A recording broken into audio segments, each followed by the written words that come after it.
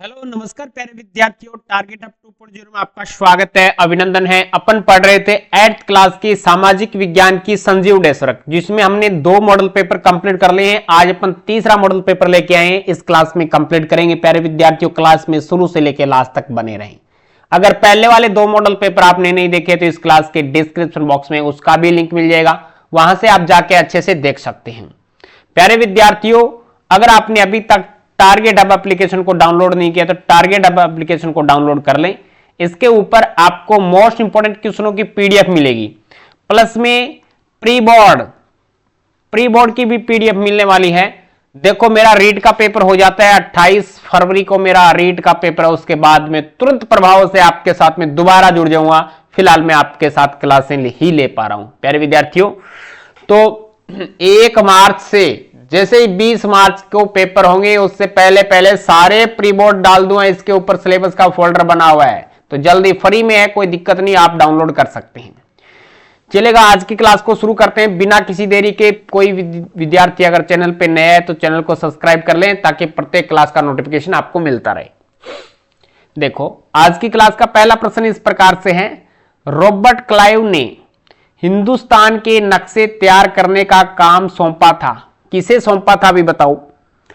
Robert Clive ने हिंदुस्तान के नक्शे तैयार करने का जो काम सौंपा था वो किसको सौंपा था बताइए। ऑप्शन नंबर सी इसमें राइट बता रहा है, ये जेम्स रेनेल को सौंपा था। जेम्स रेनेल को सौंपा था। Option number C is the right answer. Next प्रश्न है, मजदूरी करना अपमान की बात मानी जाती थी। मजदूरी करना अपमान की बात मानी जाती थी। 4 ऑप्शन दे रखे हैं, कौन से समुदाय में मानी जाती थी ये आपको बताना है। तो मजदूरी करना, बेग्गा जो समुदाय है ना, बेग्गा समुदाय में मजदूरी करना अपमान की बात मानी जाती थी। तो ऑप्शन नंबर ए आपका राइट हो जाएगा। नेक्स्ट है 3 नंबर क्वेश्चन, प्राणियों और पक्षियों के व्यापार प्रतिबंध की सूची कौन सी संस्था बनाती है।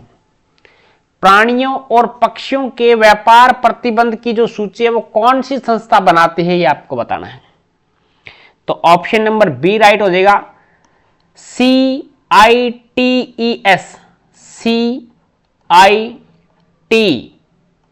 CITES ये जो संस्था है ना, वो प्राणी और पक्षियों के व्यापार प्रतिबंध की सूची तैयार करती है। Option number B is the right answer. Next question पे चलते हैं। संपूर्ण विश्व का औसत जनसंख्या घनत्व है, जो संपूर्ण विश्व का है वो औसत एवरेज जनसंख्या घनत्व क्या है बताइए। संपूर्ण विश्व की बात कर रहा है, संपूर्ण विश्व की बात कर रहा है तो 50 व्यक्ति प्रति वर्ग किलोमीटर। यानी अपन एक ऐसा एरिया ले लें कि 1 किलोमीटर यानी वर्गाकार 1 किलोमीटर का टुकड़ा ले लेना, तो इसके ऊपर एवरेज के हिसाब से 50 व्यक्ति रह रहे हैं। पूरे विश्व की बात करें तो, सॉरी 50 नहीं 51, कितने व्यक्ति रह रहे हैं, 51 व्यक्ति रह रहे हैं। Is that clear. तो ऑप्शन नंबर बी आपके पास में राइट हो जाएगा। नेक्स्ट क्वेश्चन पे चलते हैं। नेक्स्ट क्वेश्चन है, सच्चर समिति का गठन कब किया गया। सच्चर समिति का गठन कब किया गया। ऑप्शन क्वेश्चन नंबर 5 में 4 ऑप्शन दे रखे हैं। ऑप्शन नंबर सी राइट हो जाएगा, 2005 में सच्चर समिति का गठन किया गया। Is that clear. Next question पे चलते हैं। किसी मौलिक अधिकार में यह कहा गया है कि 14 साल से कम उम्र के किसी भी बच्चे को किसी कारखाने या खदान या किसी अन्य खतरनाक व्यवसाय में काम पर नहीं रखा जा सकता। किस मौलिक अधिकार में यह बात कही गई है कि 14 साल से छोटी उम्र के बच्चों को कोई भी खतरनाक काम पे अपन नहीं, दिहाड़ी पे अपन उस बच्चे को नहीं लगा सकते, उसको पढ़ाना लिखाना यह काम होता है। तो ये कौन से मौलिक अधिकार में कहा गया है। 6 नंबर का right answer option number B हो जाएगा, शोषण के विरुद्ध अधिकार। शोषण के विरुद्ध अधिकार है, उस मौलिक अधिकार में यह बात बोली गई है। नेक्स्ट है 7 नंबर क्वेश्चन, निम्न में से हुरडा सम्मेलन की अध्यक्षता किसने की थी। निम्न में से जो हुरडा सम्मेलन हुआ था उसकी अध्यक्षता बताओ किसने की थी। तो इसकी जो अध्यक्षता है वो महाराणा जगत सिंह द्वितीय ने की थी। ऑप्शन नंबर ए राइट हो जाएगा। हुरडा सम्मेलन की अध्यक्षता किसने की थी, महाराणा जगत सिंह द्वितीय ने की थी। 8 नंबर क्वेश्चन है, राजस्थान में मेट्रो रेल का विकास किस जिले में किया गया। राजस्थान में मेट्रो रेल का विकास किस जिले में किया गया है? क्वेश्चन नंबर 8 है। 8 में राजस्थान में मेट्रो रेल का विकास जयपुर जिले में किया गया है। जयपुर जिले में जाओगे तो देख लेना, वहां पे मेट्रो चलती है। धरती के अंदर भी है, ऊपर भी है, ऊपर नीचे दोनों। ठीक है, नेक्स्ट क्वेश्चन पे चलते हैं। 9 नंबर क्वेश्चन आ जाता है। आपको जो रिक्त स्थान देखें उसके अंदर ये फिल करना है।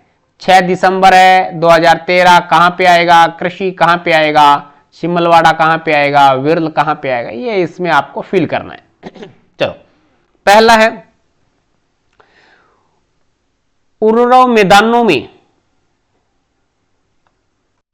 उर्वर मैदानों और नदी घाटियों में खालिस्तान के लिए उपयुक्त भूमि उपलब्ध है। तो कृषि के लिए भूमि उपलब्ध है। मरुस्थल खालिस्तान जनसंख्या वाले क्षेत्र हैं। मरुस्थल जो विरल जनसंख्या वाले, बहुत कम, विरल का मतलब होता है कम, मरुस्थल विरल जनसंख्या वाले क्षेत्र हैं। आपको पता है भी मरुस्थल में जनसंख्या कम रहती है, इसलिए विरल आएगा। नेक्स्ट क्वेश्चन पे चलते हैं। 6 है इसका। हाथ में मेला उठाने वाले कर्मियों के नियोजन का प्रतिषेध और उसका पुनर्वास अधिनियम खालिस्तान में लागू हुआ। हाथ में मेला उठाने वाले कर्मियों के नियोजन का प्रतिषेध और उनका पुनर्वास अधिनियम खालिस्तान में लागू हुआ। यह आ जाएगा 6 दिसंबर 2013। 6 दिसंबर 2013 को। नेक्स्ट है डामोर जनजाति डूंगरपुर जिले के खालिस्तान क्षेत्र में रहती है। तो सिमवाड़ा क्षेत्र में, सिमलवाड़ा कौन से क्षेत्र में रहती है? सिमलवाड़ा क्षेत्र में रहती है। डामोर जनजाति डूंगरपुर जिले के सिमलवाड़ा क्षेत्र में मिलती है। समझे क्या? नेक्स्ट क्वेश्चन पे चलते हैं। स्तंभ ए का स्तंभ ब से मिलान कीजिए। स्तंभ ए का स्तंभ ब से मिलान करना है। विश्व में जनसंख्या का वितरण असमान है। तो पहले में क्या आएगा? डी आएगा। पहले में क्या आएगा? डी आएगा। विश्व में जनसंख्या का जो वितरण है वो असमान है। नेक्स्ट है धर्म और सांस्कृतिक व शैक्षिक अधिकार एक मौलिक अधिकार है। एक मौलिक अधिकार है तो दूसरे में बी आएगा। धर्म और सांस्कृतिक व शैक्षिक अधिकार एक मौलिक अधिकार है। नेक्स्ट है निजी भूमि और सामुदायिक भूमि। निजी भूमि और एक सामुदायिक भूमि, निजी भूमि और सामुदायिक भूमि स्वामित्व कहलाती है। क्या कहलाती है? स्वामित्व कहलाती है। निजी भूमि और सामुदायिक भूमि स्वामित्व कहलाती है। तो तीसरे में सी आएगा। निरंतर विकास के मार्ग पर अग्रसर रहना प्रत्येक राज्य का उद्देश्य है। तो चौथे में ए आएगा। चौथे में ए आएगा। निरंतर विकास के मार्ग पर अग्रसर रहना प्रत्येक राज्य का उद्देश्य है। लेकिन विकास कुछ अलग तरीके से ही होता है, आजकल देखा है मैंने। ठीक है, अभी देख रहा था मैं फेसबुक के ऊपर कुछ विकास के नमूने आए थे मेरे पास सामने। नेक्स्ट है निम्नलिखित कथनों को जांच कर सत्य असत्य में से उपयुक्त पर सही चिन्ह का अंकित, यानी गुड आपको चलाना है, गुड लगाना है यहां पे। ठीक है, जो सही है तो सही पे लगा दो, गलत है तो गलत पे लगा दो, कोई दिक्कत नहीं। देखो, पानी से संबंधित बीमारियों के कारण हर रोज 1600 से ज्यादा भारतीय मौत के मुंह में चले जाते हैं। बात सही है, बात एकदम सही है। ठीक है, पानी से संबंधित बीमारियों के कारण हर रोज 1600 से ज्यादा भारतीय मौत के मुंह में चले जाते हैं। ये बात सही है। पानी बहुत गंदा आता है कई बार, तो पानी से बहुत ज्यादा बीमारियां फैलती हैं। राजस्थान में शिक्षा के क्षेत्र में निःशुल्क पाठ्य पुस्तक वितरण योजना संचालित हो रही है। बिल्कुल सही बात है। राजस्थान में शिक्षा के क्षेत्र में निःशुल्क पाठ्य पुस्तक वितरण योजना संचालित हो रही है। ये बात बिल्कुल सही है कि सरकारी स्कूलों, गवर्नमेंट स्कूलों में जो आपकी पाठ्य पुस्तकें हैं, एनसीईआरटी बुक है, वो आपको फ्री में मिल रही है। नेक्स्ट है किसान कलेवा योजना का मुख्य उद्देश्य किसानों को उसके उत्पादन का उचित मूल्य प्रदान करना है ना, ये बात इसकी गलत है। तो फिर किसान कलेवा योजना का मुख्य उद्देश्य क्या है, ये आप जान लीजिएगा। किसान कलेवा योजना का जो मुख्य मकसद किसानों और उनके सहायकों को किफायती और पौष्टिक भोजन मुहैया कराना है। इस योजना के तहत मंडी परिसर में ही किफायती दर पर भोजन मिलता है। ठीक है, तो ये है भी। नेक्स्ट पे चलते हैं। स्वच्छता सुविधाएं घर के भीतर शौचालय 58% परिवारों में उपलब्ध है। ये बात सही है या गलत है? ये बात भी गलत है, तो गलत पे आप टिक मार कर लें। तो इसका जो सही आंसर हो जाएगा हमारे पास में, देखो स्वच्छता सुविधा घर के भीतर शौचालय, यानी 2019 और जो 20 की रिपोर्ट है उसके अंतर्गत हमारा लगभग 95% सही उत्तर हो जाएगा। 95% जो लोग हैं वो शौचालय का उपयोग करते हैं, 5% व्यक्ति ही अलग हैं। यानी 95% व्यक्ति हैं वो क्या है, शौचालयों का उपयोग करते हैं, उनके घर में शौचालय की व्यवस्था है। Is that clear? जबकि ये बोल रहा है कि 58% परिवारों में उपलब्ध है, नहीं, ये गलत है, 95% है। चलो ये तो एक बात तो अच्छी मिली हमें। नेक्स्ट क्वेश्चन पे चलते हैं। नेक्स्ट क्वेश्चन आ जाता है 12 नंबर क्वेश्चन। अब देखो 12 नंबर क्वेश्चन में दे रखा है आपको, महलवारी व्यवस्था स्थायी बंदोबस्त के मुकाबले कैसे अलग थी? कोई दो। महलवारी व्यवस्था स्थायी बंदोबस्त के मुकाबले कैसे अलग थी, कोई दो बताने आपको। चलो ये रही। स्थायी बंदोबस्त में व्यक्ति विशेष की जमीन की मात्राएं गुणवत्ता के आधार पर राजस्व का निर्धारण किया जाता था। वहीं दूसरी तरफ महलवारी व्यवस्था में राजस्व का भुगतान पूरे गांव, जिसे महल कहा जाता था, के द्वारा किया जाता था।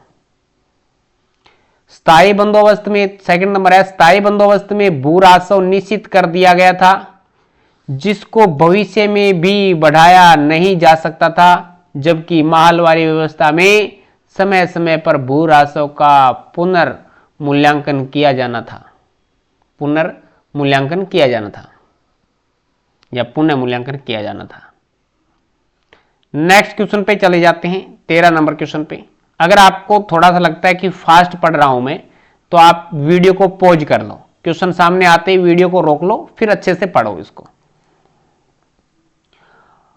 आंग्ल मराठा युद्धों का वर्णन कीजिए। 13 नंबर क्वेश्चन है, आंग्ल मराठा युद्धों का आपको वर्णन करना है। तो प्रथम आंग्ल मराठा युद्ध बिना किसी निर्णय के 1782 में सालबाई की संधि के द्वारा खत्म हुआ। द्वितीय आंग्ल मराठा युद्ध 1803 से 5 में कंपनी मराठों से उड़ीसा को छीनने में सफल रही।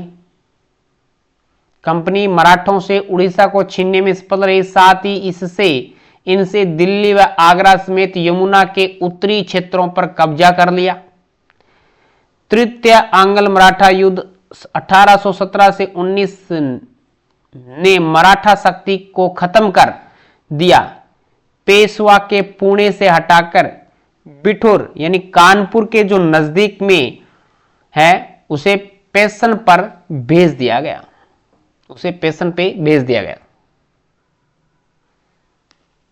नेक्स्ट क्वेश्चन पे चलते हैं। नेक्स्ट क्वेश्चन आपके सामने आ जाता है 14 नंबर क्वेश्चन। प्राचीन भारतीय ज्ञान के समर्थक 4 अंग्रेजों के नाम बताओ।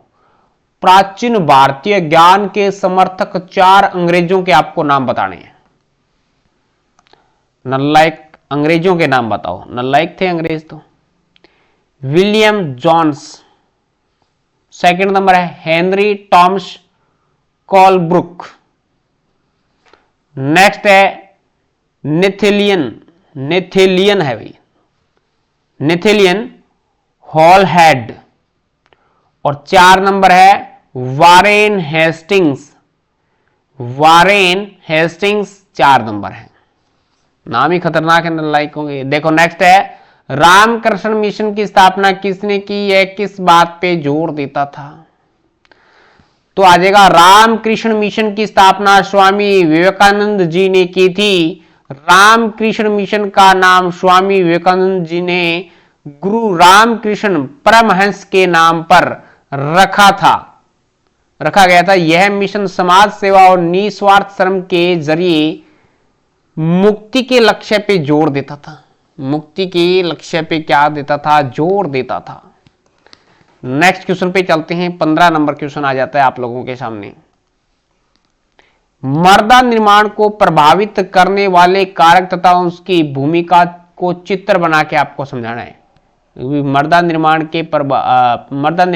को प्रभावित करने वाले कारक व उनकी भूमिका को चित्र बना के आपको समझाना है।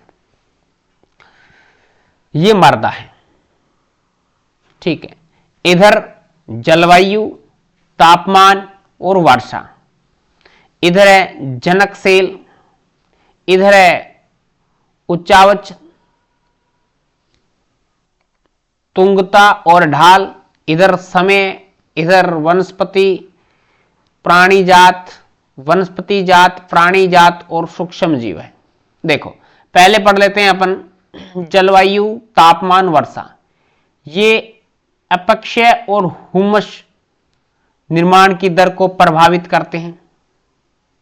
जलवायु है, तापमान है, वर्षा है, ये अपक्षय और हुमस होती है ना, उसके निर्माण की दर को क्या करते हैं, प्रभावित करते हैं। जनक सेल ये रंग, गठन, रासायनिक गुणधर्म, खनिज मात्रा,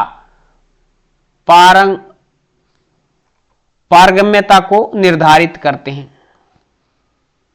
नेक्स्ट है उच्चावच, तुंगता और ढाल, ये मर्दा के संचय को निर्धारित करते हैं। समय है मर्दा परिच्छेदिका की मोटाई को निश्चित करता है। नेक्स्ट है वनस्पति जात, प्राणी जात और सूक्ष्म जीव, ये हुमस निर्माण की दर को प्रभावित करते हैं। ये हुमस निर्माण की दर को प्रभावित करते हैं। मर्दा निर्माण को प्रभावित करने वाले कारक हैं। मैं थोड़ा छोटा बना के आप लोगों के सामने प्रस्तुत इसको कर देता हूं। आप अच्छे से इसका स्क्रीनशॉट ले सकते हैं, पढ़ सकते हैं। सही, सभी के समझ में आई बात। चलो नेक्स्ट क्वेश्चन पे चलते हैं। फिर तो नेक्स्ट आ जाता है, थोड़ा बड़ा कर लेते हैं, वो अपने हिसाब से करेंगे। देखो नेक्स्ट है 16 नंबर क्वेश्चन में दे रखा आपको, अनवीनीकरणीय संसाधन से आप क्या समझते हैं, उदाहरण सहित समझाइए। अनवीकरणीय संसाधन से आप क्या समझते हैं, उदाहरण सहित समझाना है। तो अनवीनीकरणीय संसाधन वे संसाधन होते हैं, देखो कौन से संसाधन होते हैं, वे संसाधन हैं जिनका भंडार सीमित है। भंडार के एक बार समाप्त होने के बाद उनके नवीकृत या पुनः पूरित होने में हजारों वर्ष लग जाते हैं। उसका दोबारा उपयोग नहीं किया जाता एक बार काम में लेने के बाद। यह अवधि मानव जीवन की अवधि में बहुत अधिक है। इस प्रकार के संसाधन अनवीनीकरणीय संसाधन कहलाते हैं। जैसे उदाहरण के तौर पे कोयला, पेट्रोलियम, प्राकृतिक गैस आदि। भी कोयले को एक बार काम में ले लेंगे, क्या दोबारा उसकी राख को काम में लेंगे? कोयले की तो राख बन जाती है, पेट्रोल का धुआं बन जाता है, प्राकृतिक गैस की आग बन जाती है, गैस बन जाती है। प्राकृतिक गैस होती है, उसको जला देते हैं अपन, ठीक है। तो इसका क्या उपयोग ले सकते हैं दोबारा? नहीं ले सकते। उसे कहते हैं अनवीनीकरण संसाधन। नेक्स्ट क्वेश्चन पे चलते हैं। 17 नंबर क्वेश्चन में आपको क्या देना है, राजस्थान के मानचित्र में आपको कोटा रिप्रेजेंट करना है। डूंगरपुर, सीकर, जैसलमेर, प्रतापगढ़, 5 दे रखे हैं, कोई 4 आपको रिप्रेजेंट करने हैं। चलो, मैंने पहले वाली क्लास में भी आप लोगों को अच्छे से बताया था और इसमें भी बता रहा हूं। अगर आप ये 4 नंबर पक्का करना चाहते हैं तो आप मार्केट से राजस्थान के मैप परचेज कर लें 5-10। उसको आप पेंसिल की सहायता से 1-2 को देख के भरें, बाकी को बगैर देखे भरें। कोशिश करें कि इसके अंदर जो 41 जिले हैं राजस्थान के अंदर, वो आप अच्छे से कवर कवर अच्छे से कर दो इसको। जैसलमेर यहां पे आ जाएगा। सीकर ये प्यालेनुमा आकृति सीकर की है। कोटा ये रहा।